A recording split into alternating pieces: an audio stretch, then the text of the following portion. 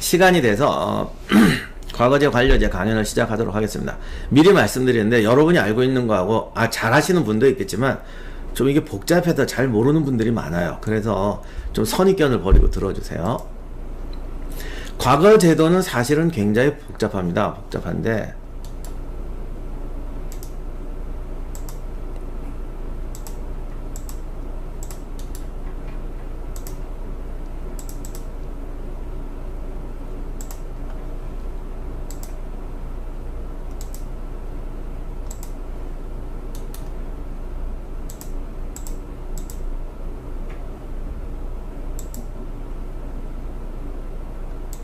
잠깐만, 이게 약간 이상이 있네. 이 부분이 안 됐구나.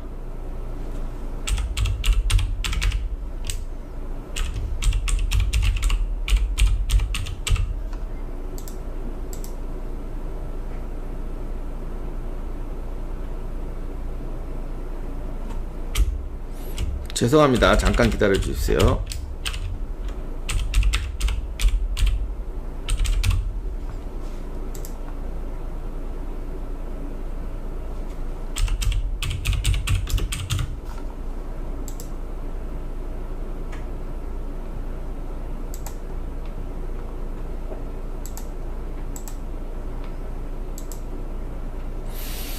죄송합니다. 이게 뭔가 좀 착오가 있었어요.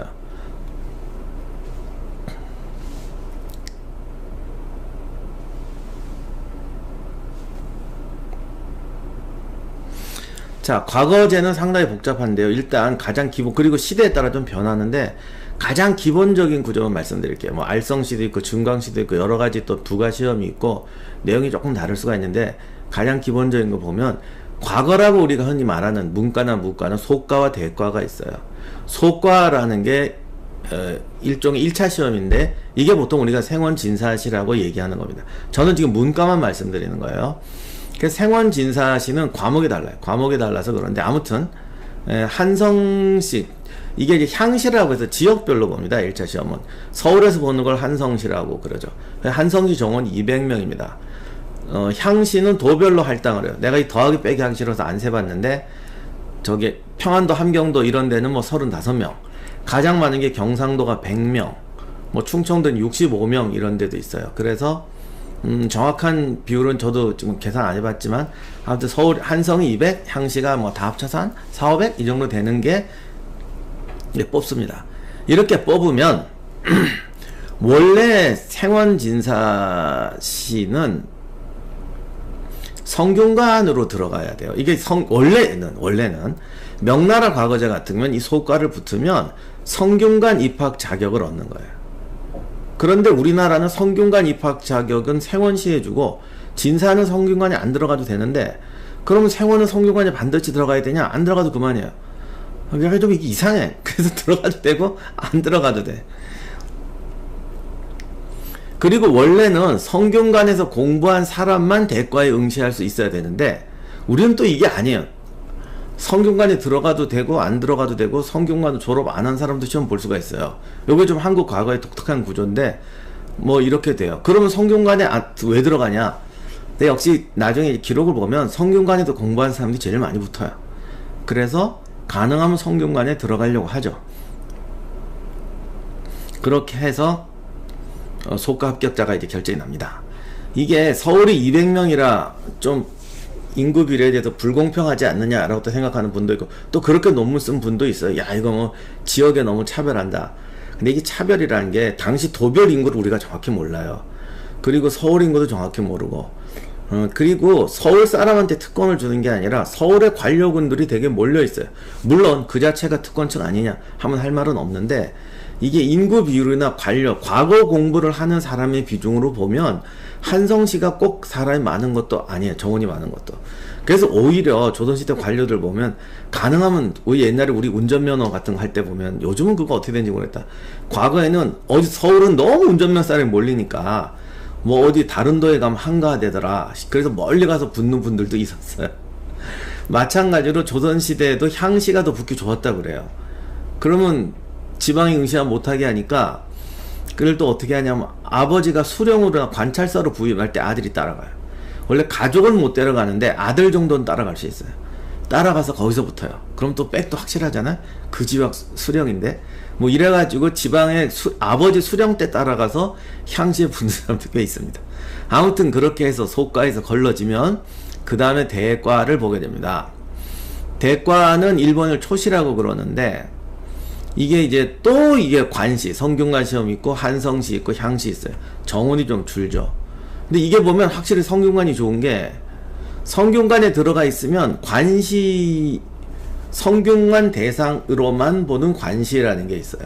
그러니까 이게 아무래도 경쟁률이 낮죠. 물론 주변의 놈들이 다 센 놈들이니까 이게 과연 경쟁률이 낮은 거냐라고 볼 수도 있는데 아무튼 어떻게든지 성균관에 입학시키려고 노력은 합니다.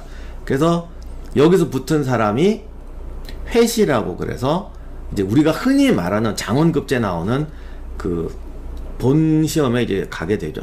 그래서 여기서 33명을 합격시킵니다. 근데 이게 또 왜 33명이냐라고 하는데 고려시대부터 과거 정원이 이게 과거 제도가 초기엔 안 그랬는데 고려시대에 이제 과거가 정착하니까 정원이 33명이 돼요. 근데 이게 왜 33명인지는 아무도 몰라요. 조선시대 세종하고 황희하고 대화할 때도 보면은 모른대.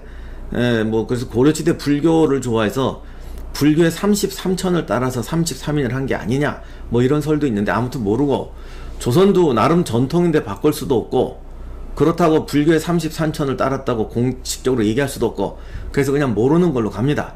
그래서 아무튼 회시는 33인이 합격합니다. 그리고 이 33인도 자원급제를 뽑아요. 그리고 마지막에 이제 전시라는 게 또 있는데 전시는 왕 앞에서 보는 겁니다. 사실 관직을 받으려면 이 전시 성적이 제일 중요한데 여기서는 합격 불합격을 나누는 게 아니라 성적만 나눠요. 그래서 이 전시를 만든 이유는 뭐냐면 고려시대에는 이 지공고 제도라고 그래가지고 마지막 33인이 합격했을 때 그때 시험관이었던 사람 그 사람이 뽑아줬잖아요. 시험관이었던 사람하고 합격한 사람 간에 거의 카톨릭에서 말하는 대부 수준의 관계가 생깁니다. 그래서 진짜 아버지처럼 모시고 그 시험관하고 평생 정치적 동지가 되고 그 사람이 사망하면 가서 상복 입고 그래요. 그래서 이게 어떤 정치의 인맥을 만드는데 굉장히 큰 역할을 하기 때문에 이거 우리나라만 있었던 게 중국에도 있었던 건데 송나라 후기 이걸 없애죠. 그래서 전시라는 걸 만들어서 왕이 주관하는 거는 너를 합격시킨 사람은 쥐공거가 아니고 나 왕이야. 그래서 시험관과 합격자의 관계를 끊어버리고 관료라는 건 과거 급제가 돼서 관료가 된 사람은 왕의 신하다. 내가 너의 아버지다. 내가 정치적 스승이다. 뭐 이런 식으로 관계를 만들기 위해서 전시라는 게 생깁니다. 자, 여기서 이제 제일 중요한 건데 그럼 과거에 합격하면 다 관직을 가지느냐? 이 부분에서 많은 분들이 어마어마한 오해를 하시는데요. 과거에 그 정도전의 개혁안부터 하게 제가 고려시대까지 얘기할 수가 없으니까 정도전의 개혁안에 경제육전에 실은 개혁안에 뭔가 정도전이 아니라 참 정도전과 조준 그래서 제가 경제육전이라고 하겠습니다. 자꾸 이제 정도전이라고 하면 또 정도전이 혼자 그런 줄 알고 착각하는 분들이 많아서 정도전의 개혁안을 경제육전의 개혁안을 보면 진사실을 없애고 전부 생원치다. 그래서 소과에 합격한 사람은 무조건 성균관에 다 들어온다. 그래서 성균관 재학 때 성적을 봐서 관료를 뽑고 마지막에 최종시험을 보는데 최종시험에 합격한 사람은 전부 다 관직을 준다. 그리고 최종시험에 합격하지 못해도 성균관을 졸업하면 어느 정도 일정한 대우를 해준다. 이게 경제육전에 있는 방안입니다. 정도전과 조준의 방안이죠. 이거는 옛날 중국에서 왕안석이 만들었던 개혁안에 있는 것이고 그 명나라와 청나라 과거제가 이 방법을 씁니다. 그래서 이거를 과거제와 학교제를 결합한 방식이라고 하죠. 그런데 정도전 조준이 이제 쫓겨나고 나서 경제육전 조문이 이제 고쳐지는데 여기서는 어떻게 바뀌냐면 전부 다 관직을 주는 것이 아니라 일부만 주는 걸로 바뀌어요.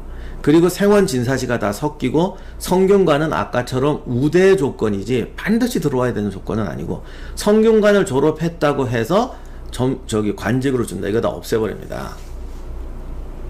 그리고 소과에 합격한 사람은 성균관에 뭐 했던 안 했던 대과에 다 응시할 수 있는 구조로 바뀌어요. 다시 말하면 과거 합격이 관직을 보장하지 않게 되는 거죠. 과거는 과거고 관직은 관직이에요. 그래서 조선시대 이제 경때전까지 기본적으로 된 제도는 뭐냐면 합격자는 33명인데 장원 한 명한테는 종육품직을 줘요. 이건 주게 돼 있어요. 그래서 장원급제가 중요한 거예요. 그 다음에 2등으로 붙은 사람 3명에게는 정칠품직을 주게 돼 있어요. 이것도 큰 겁니다. 이거 그냥 가면 못 따먹어요. 그 다음에 있는 사람 나머지 25명에 대해서는 관품만 줍니다. 정팔품, 정구품 이래서 관품만 줘요. 물론 이거 그냥 이게 가서 이거 따기도 힘들지만은 아무튼 관직을 얻는 건 아니에요. 그러면 실제 관직을 얻으려면 어떻게 되느냐? 2조 병조의 인사를 통과해야 돼요. 그런데 2조 병서의 인사를 통과하려면 어떤 어마어마한 경쟁이 필요하냐면, 예를 들면 정팔품직이 낮다고 쳐요. 정팔품 관계를 가진 사람, 왜냐하면 예를 들면 군대식으로 말하면 병장은 이 보직을 할 수 있어요. 이 보직을 하려면 일병이어야 돼. 이 자격이 있어야 되거든요. 그럼 이번에 구품직이 났으면 구품 관계를 갖고 있어야 돼요. 그래서 과거 병과 20명을 합격했던 사람들, 그리고 지난 몇 년 동안 20년 동안 했던 사람들이 이 대상이 돼요. 그러면 이 사람들 중에 한 명을 뽑는 거냐? 아니죠. 공신의 아들들 또는 당상관의 아들들은 음서로 관계를 가져요. 아버지가 영의정을 하면 아들은 뭐 칠품인가 관품을 가질 수가 있어요. 조선도 음서제가 있는데 관직은 안 주는데 관품을 줘요. 그러면 이 사람들은 과거 급제에서 25명 안에 들어도 겨우 8품 9품인데 공신이나 재상이나 뭐 좀 다르긴 한데 하다못해 아버지가 당상관만 하거나 또는 여러가지 제도에 의해서 일가 친척에 무슨 관직한 사람이 있어도 음서나 여러가지 제도로 일병, 상병, 병장이 될 수가 있어요. 이 사람들이 어마어마하게 많아요. 그리고 전직관은 조선은 한 번 공무원이 되면 요즘처럼 한 번 공무원이 되면 해직을 못하는 게 아니라 관직을 6개월, 3개월 하고도 그만둬요. 그러나 어쨌든 관직을 한 번 했으면 그 품계를 가지고 있어. 그러니까 전직 관원들이 또 엄청나게 많아요. 그리고 이제 음서로 받은 사람들, 이런 사람들을 다 합쳐서 경쟁을 해야 되니까 여기 들어가는 게 보통 일이 아니고 날이 갈수록 힘들어져요. 그래서 나중에는 어떻게 되냐면 조선 후기가 오면요, 그 공신이 아니면 아무리 과거에 급제하고 똑똑해도 공신이 아니면 관직을 못 받는다라는 설까지 나와요. 왜냐하면 이 전직자들이 여기 이 사람들이 너무 많으니까 과거 한번 붙어갖고 내가 뭐 구품 관계 가졌다 그거 갖고 명함도 못 내미는 거죠. 그래서 조선 후기 가면 아무리 싼 관직을 얻으려도 공신의 아들 정도나 돼야 뭘 얻는다라는 말. 그래서 우리는 성호 사설을 쓴 성호 이익이 아버지가 대사원까지 지낸 분인데도 공신호가 없다고 과거 급제하고도 관직을 포기하죠. 과거를 아예 그만 안 보던가 그런 식으로 말할 정도로 과거에 붙었다고 절대 관직이 보장되는 건 아니었다. 다만 초창기에는 그래도 과거 붙으면 좀 어떻게 됐는데 뒤로 갈수록 힘들어진다. 그래서 우리가 많은 분들이 자꾸 잘못 알아가지고 과거는 개방적인 인사제도야 뭐 사법고시처럼 생각하는데 절대 아닙니다. 그래서 과거라는 거 엄청난 개방적인 제도다 아니에요. 그래서 법적으로 보면 개방적일 수 있지만 실제로 관직을 얻는 그 비율로 보면 절대 그 정도로 개방적이 아닙니다. 그래서 원칙적으로 과거는 양인이면 응시가 가능하고 천인도 특별한 경우에 허용한 사례가 있어요. 그러나 합격이 관직을 보장하지 않는다. 실력도 있어야 되고 경력도 있어야 되고 집안도 있어야 관직을 얻을 수 있다. 물론 과거에 합격하면 양반으로 대우를 받아서 이제 지방에 가면 양반 사대부로 대접을 받고 수령도 멸시 안 하고 분역 면제받고 이런 건 있습니다만 양반으로 행세할 수는 있습니다만 관직을 얻는 건 아니다. 그래서 과거가 관직의 개방적인 제도인 건 맞는데 실제로 엄청나게 개방성을 갖다 뿌리는 그런 제도는 아니다라는 겁니다.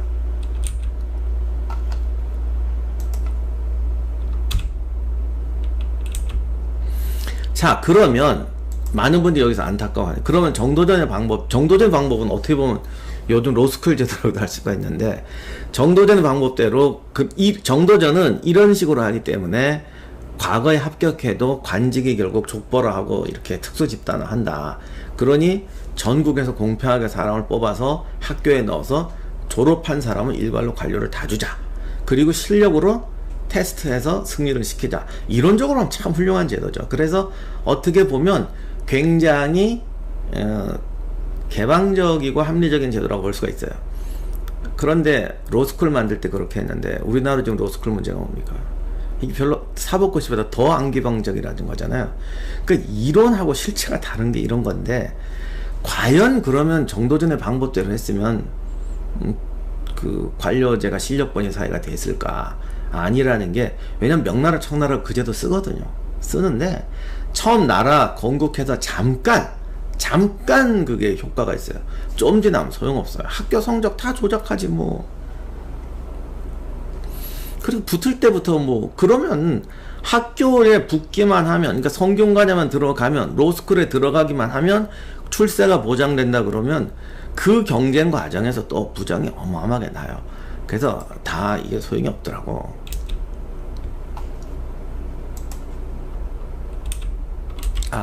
다만 그래서 정도전에 과거제가 시행됐으면 관료제가 개방적으로 운영됐을까 환상은 좀 버리시는 게 좋고, 과거제는 이 제도를 쓰나 제도를 쓰나 관료군의 어떤 경직화나 그거는 막을 수가 없어요. 그거는 조선사회가 가지고 있는 필연적인 문제인데, 다만 그럼에도 불구하고 과거제는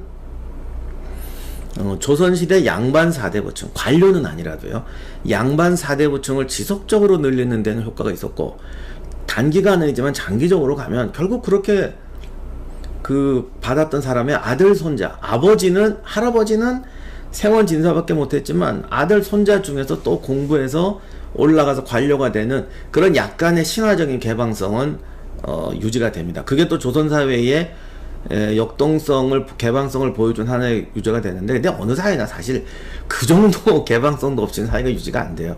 아무튼 사회 전반에 걸쳐 양반증을 지속적으로 증가시키고 어느 정도 개천에서 용나게 하는 구조는 확실히 있었다. 그러나 또 한편으로는 이런 식으로 양반층을 지속적으로 증대시켰더니 결국엔 관직이 모자라게 되고 당쟁, 세도정치 같은 방식이 나오는 이제 원인이 되었다라는 겁니다. 자, 여기서 이제 제일 중요한 문제가 나오는데, 과거의 한국 역사학계에 굉장히 중요한 논쟁이 있었어요. 과거의 개방성, 양천제, 그러니까 과거가 노비들에게는, 원칙적으로 노비들에게는 허용하지 않지만 그래도 양인에게는 과거를 허용했기 때문에 양반제가 아니고 양인제, 양반과 평민에게는 개방적인 신분제였다 라고 이제 주장하신 분이 계시고, 그랬더니 아니다, 과거 자체가 실제 내용을 보면 양반, 소수 양반층한테 좋은 건데 이게 무슨 양인층한테 이게 가느냐, 양인 중에 과거 급제에서 정승된 애가 누가 있냐, 뭐 이런 식으로 해서 이제 싸움이 붙었어요. 이 꽤 오래 갔는데 답 안 나오고, 제가 보는 관점에서는 이 논쟁의 가장 큰 문제가 과거제는 관료제의 일부예요. 관료제만으로 신분제를 논하고 신분제 개방성을 논한다는 건 어불성성이에요. 언제 신분제하고 관료제는 이퀄이 아니에요. 신분제라는 건 사회, 경제, 사법, 관습 모든 게 합쳐져서 신분제죠. 직업에 대해서도 그걸 빼고 관료가 될 수 있으니까 신분 상승 사회고 개방 사회다. 관료가 됨으로 해서 신분 상승이 되고 그 결과 굉장히 개방적인 요소가 있는 건 맞는데, 그거는 신분제 안에서 관료제의 일부분이지 관료제가 개방적이라고 신분제가 개방적인 건 아니죠. 그 다음에 이런 신분제 논쟁을 그러다 보니까 그럼 신분제가 뭐냐라는 논쟁이 나왔는데, 이 부분이 논쟁하다가 그냥 끝났어요. 그래서 우리나라에서 신분제 논쟁할 때는 유럽이나 또는 인도의 카스트 제도를 자꾸 비교하는데, 신분제라는 건 특별한 정의가 없어요. 사실 이건 사회적인 제도이기 때문에 그 사회나 어떤 국가의 특성에 따라 맞춰봐야 되는데, 우리나라가 굉장히 특이하게 집권적 국가와 특이한 경제 구조를 가졌기 때문에 다른 나라 사회 구조를 가지고 그냥 일괄적으로 갖다 붙이기가 어렵습니다. 아무튼 이건 좀 어려운 얘기인데, 앞으로 강의를 계속해 나가면서 조선 사회를 이해하는 눈을 키워가면서 좀 설명해 드리기도 하고, 일단은 이렇게 직결적으로 유럽하고 인도하고 비교하고 거보다 낫다 못하다 뭐 카스트는 아니지 않냐 이런 건 잘못된 오해라는 거예요. 카스트보다 낫냐 안 낫냐가 역사에는 중요한 게 아니고, 인도는 왜 어떤 사회 경제 구조를 가졌기 때문에 카스트라는 걸 만들고 카스트가 유지되었냐, 우리는 왜 카스트라는 걸 안 만들었냐 이렇게 봐야지, 우리가 더 개방적이다 덜 개방적이다 라고 논쟁하는 건 넌센스입니다. 그래서 오히려 과거의 역사를 할 때는 우리가 이 부분을 더 중요해야 돼요. 왜 이런 논쟁이 생겼을까? 다른 나라하고 다르게 왜 과거제 신분제를, 관료제 가지고 신분제를 보지? 왜 과거로 신분 상승이 됐으면 온 사회가 개방적이라는 얘기를 하지? 이런 제도가 왜 우리가 이런 식의 착각을 하게 됐을까? 왜 이런 논쟁이 생겼을까가 더 중요하다고 봐요. 거기에 진짜 역사적 비결이 있거든요. 왜냐하면 우리나라는 가장 중요한 특징이 과도한 국가주의예요. 우리가 흔히 중앙집권적 국가 그러는데, 이 중앙집권적 국가라는 게 행정망만 가지고 있는 게 아닙니다. 노희경 선생이 앞으로 하는 조선후기 관료제 경제 얘기하다가 앞으로 그 얘기가 조금 더 나올 텐데, 우리나라는 철저하게 통제 분배 경제입니다. 그러니까 시장에다가 자원을 분배를 맡기는 게 아니라 국가가 곡물로 전 생산물을 받아들여 가지고, 이렇게 말씀드리면 시장 있잖아요 그러실 분이 있는데, 굉장히 작고 후기하고 전개는 또 달라요. 그래서 대체를 보면 국가가 관료들을 통해서 재분배 체제를 유지해요. 그러니 관료가 안 되면 경제적 물건 분배에도 참여할 수가 없어요. 그러다 보니까 관료가 정치적, 경제적, 사법적, 사회적 특권까지 다 가져가게 되니까 관료가 되면 개방이다 라는 생각을 나올 수밖에 없게 되는 거예요. 그래서 오히려 우리가 문제가 되는 건 이 정도로 국가 주도의 경제가 너무 강했던 것이 이런 과거제 문제가 발생하고 과거를 다시 응용할 수 있던 수단이 된다라는 건데, 요 부분은 제가 뒤에 가서 다시 설명하기도 하겠습니다. 아무튼 좀 비판적인 얘기했지만, 고려시대랑 비교해서 그럼 15세기의 과거제는 의미가 없는 거냐? 그래도 의미가 있죠. 개방성을 준 게 아니라, 물론 개방성이 따라오긴 합니다만, 고려시대하고 다른 건 뭐냐면, 고려시대는 소위 말하는 소수의 통치 집단이 혈연을 가지고 하고, 그들 내에서도 능력 있는 사람을 관료로 뽑고 중요한 자리에 능력 있는 사람은 가는데, 이게 객관적인 절차가 아니라 그들만의 협의와 양심에 의해서 운영되었다는 거예요. 그래서 고려 후기부터 이제 과거제 개혁론이 나오면서 조선의 개혁론이라는 건 신분도 있고 있어야 되지만 자질도 있어야 된다. 적어도 그러기 위해서는 공부하고 수양하고 학교 들어가서 도 닦고 이런 트레이닝 과정을 거친 애를 관료로 써야 된다라는 게 지배 신분층 내에서도 인정을 받는 거죠. 그래서 조선시대는 아무리 명문가라고 그래도요, 아들 5 낳아서 아들 5이 다 과거 급제한 사람은 없어요. 그 중에는 좀 망나니도 있고 정말 능력이 떨어지는 애도 있거든요. 그래서 조선시대 정승급 된 사람도 이렇게 보면 똑똑해서 과거 정승집 아들로 태어나서 똑똑해서 과거도 붙고 또 관직에 가서 잘한 사람은 승진을 해요. 그러나 애가 힘만 세고 공부도 안 하고 놀기만 해. 그러면 과거는 못 가요. 그 대신에 이제 힘은 좀 있으니까 무관이 되거나 좀 서리가 되거나 뭐 좀 이렇게 어떻게 해서 수령 가거나 이렇게 해요. 그거보다 못하면 어떤 그냥 적당한 그냥 형식적인 관직만 얻고 끝나요. 이런 식으로 돼서 조선시대는 신분만 가지고는 관리에 올라갈 수 없는, 그리고 그거를 공식적인 절차를 통해서 검증하는 이런 제도를 만들게 돼요. 그 중에 하나가 과거고, 그 다음에 관직이 돼서도 계속 이제 검증을 하죠. 그게 이제 관료제 운영 방안인데, 그런 식으로 해서 어느 정도 자질과 품성과 수양을 겸비한 사람을 관료로 뽑아야 되고, 이것을 객관적으로 국가가 검증해야 된다. 이것이 과거제도의 제일 특징이에요. 그 다음에 아까 이제 마지막 말을 정리를 하면, 그러면 과거가 붙어서 관료제가 확대된, 절대 아니다. 과거 급제자 중에서 관료를 뽑을 때 가장 중요한 게 뭐냐면, 양민도 과거에 붙을 수 있지. 그런데 4조 안에 현관이라는 건 종 6품관 정도인데, 그런 현관이 없는 사람은 가능한 한 관료에 안 쓴다는 그런 불문율이 있어요. 그래서 보통 조선시대에서 뭐 할 때 자꾸 4조라는 건 4대조가 아니고 친가, 외가, 처가 뭐 이런 거 다 합쳐서 4대를 보는 건데, 요 안에 현관이 없으면, 그러니까 6품 정도의 관료가 없으면 이 저기 좋은 관직은 안 준다, 이런 그 검증 시스템이 있었어요. 그래서 중앙 관료 들어갈 땐 절대로 과거만 붙어서 가는 건 아니었다. 여기까지 말씀드리도록 하겠습니다. 이렇게 말씀드리면 이제 의문이 더 많을 텐데, 다음 시간에는 이제 음소제와 청거제 관료제 운영 방안, 그 다음에 이제 서울 차별도 그때 나오지만 관료를 어떻게 검증하고 승진하고 운영하는을 얘기를 하고, 그 다음에 이제 왕권 신권론 얘기는 마무리해서 하도록 하겠습니다.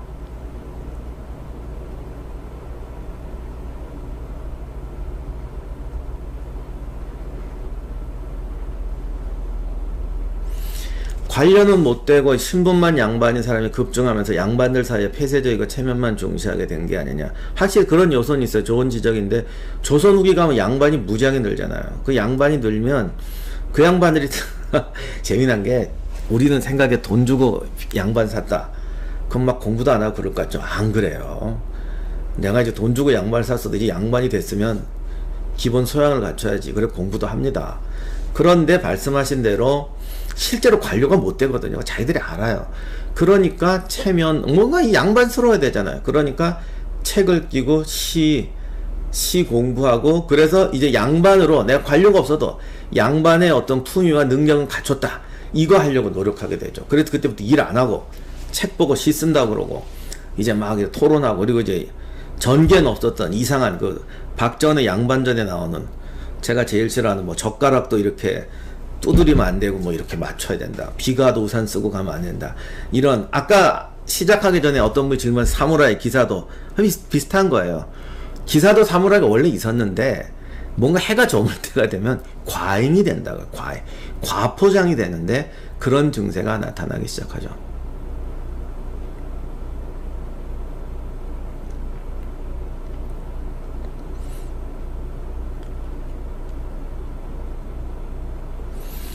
각종 고시 합격을 과거 급제 비슷하게 취급하는 분들이 계시지 않나요? 그러니까 많이 있죠. 그러니까 우리가 옛날에 역사를 잘못 가르쳐서 그래요. 저는 제가 여러분을 비난하는 게 아니라, 과거의 역사를 우리가 저도 학생 때 선생님들 늘 그렇게 과거에 이랬대. 세종대왕이 뭐 예를 들면 누구는 상소를 집어던졌는데 세종대왕은 안 집어던졌대. 야, 이런 거 배워. 이런 식으로 직결시키는 걸 자꾸 역사적 교훈이라고 하고, 그 사회의 그 시스템을 보고 환경을 봐서 예를 들면 이런 거 봅시다. 우리가 바다에 무인도에 표착을 해서 먹고 살아야 돼요. 근데 누가 산에 가서 왜 그 어라이브 같은 거 하는 거예요. 그 프로를 봤어요. 그랬더니 여기서 살아남기 위해서 쥐를 잡아, 토끼를 잡아, 막 이런단 말이에요. 우린 바다에 있는데 뭔 쥐를 잡고 토끼를 잡아. 그러니까 그런 것을 봤을 때는 쥐를 잡고 토끼를 잡았다고 중요한 게 아니라, 거기서 어떤 우리하고 연결될 수 있는 본질적인, 저 사람은 산에 있고 우린 바다에 있어, 그럼 아예 교훈 없어, 필요 없어, 이게 아니고, 산에서 살아남은 사람들에게서 어떤 교훈을 뽑아서 우리가 물에서 살아남을 것이냐, 이런 식으로 하는 게 통찰이고 진짜 인문학적 지혜거든요. 그거를 찾아주는 게 인문학인데, 그냥 갖다가 비교하는 거예요. 그럼 누가 못해 그거?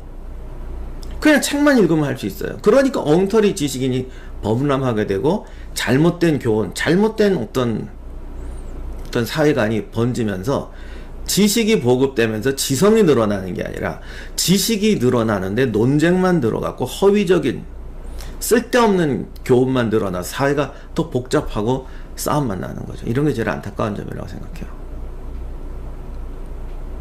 조선시대 양민들은 생업이 있을 텐데, 바로 그 정확한 지적이에요. 양반들이 양민은 과거에 급제할 수 없다라고 규제하지 않은 게, 정말 양민들 중에서 과거 공부해서 붙을 사람 몇 명 안 돼요.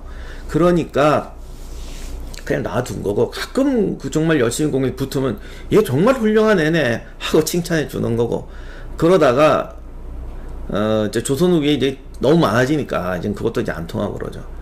영재 교육은 아닙니다. 그 과거는요, 여러분 생각하는 어마어마하게 힘든 공부는 아니에요, 진짜로. 물론 그렇다고 똑같은 답안이 썼다고 똑같이 붙는 건 아니니까 붙기는 쉽지 않겠지만은, 여러분이 생각하는 것처럼 어마어마한 어려운 공부는 아니에요.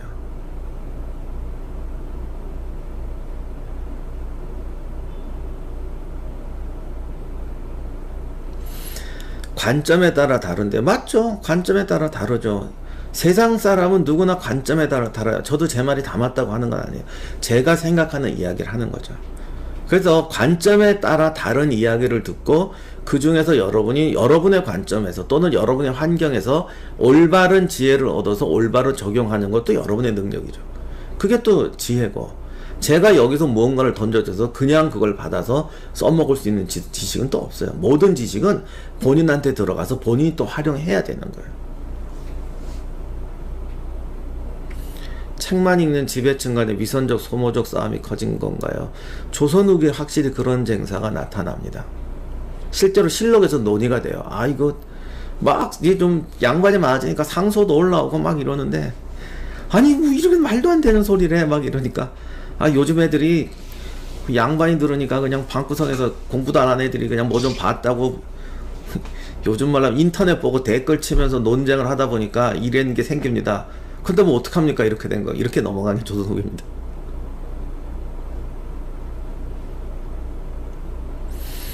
아, 그럼 참 과거제의 문제가 뭐냐라는 부분 하나를 말씀을 안 드렸네요. 우리나라 과거제의 제일 큰 문제는 근대사회로 올 때에 결국 사회가 발전하고 근대화된다는 건 전문화된 사회로 변하는 거거든요. 근데 이게 전문화되는 사회로 보달려면 관료제가 깨어지고 사회가 다원화돼야 되는데, 우리가 이 중앙집권적 분배 경제를 가지고 있다 보니 상공업도 발달하지 않고, 그러니까 직업 전문인들이 나오지 않고, 경제 정치와 국가 운영을 어떤 유교 경전의 지식을 가지고 수양을 닦은 사람들이 국가를 우주지하다 보니까 근대의 전문화, 다원화된 사회에 적응하기에 이게 안 맞는 거죠. 그게 늦었던 게 한국이 조선의 이제 불행으로 다가오는 겁니다. 아, 그거 중요한 얘기인데 빼먹었네요.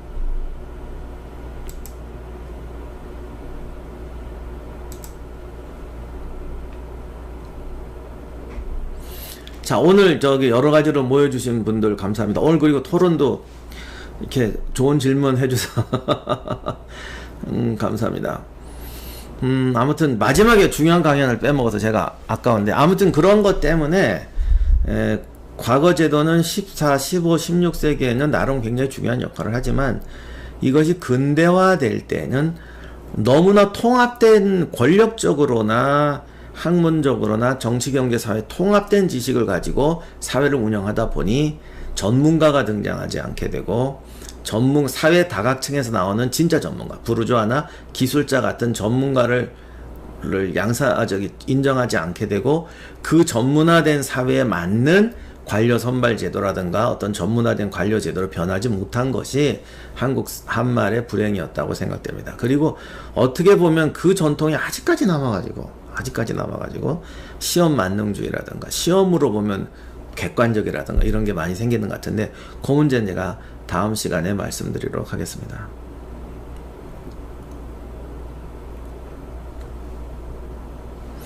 그리고 또 하나, 사회의 개방성이라는 건요, 관료가 될 수 있는 어떤 자격을 개방했다가 개방성이 아니에요. 특히 오늘날 같은 사회에서 사회 개방성이라는 건 관료 시험 제도가 아니라 국제 감각이요.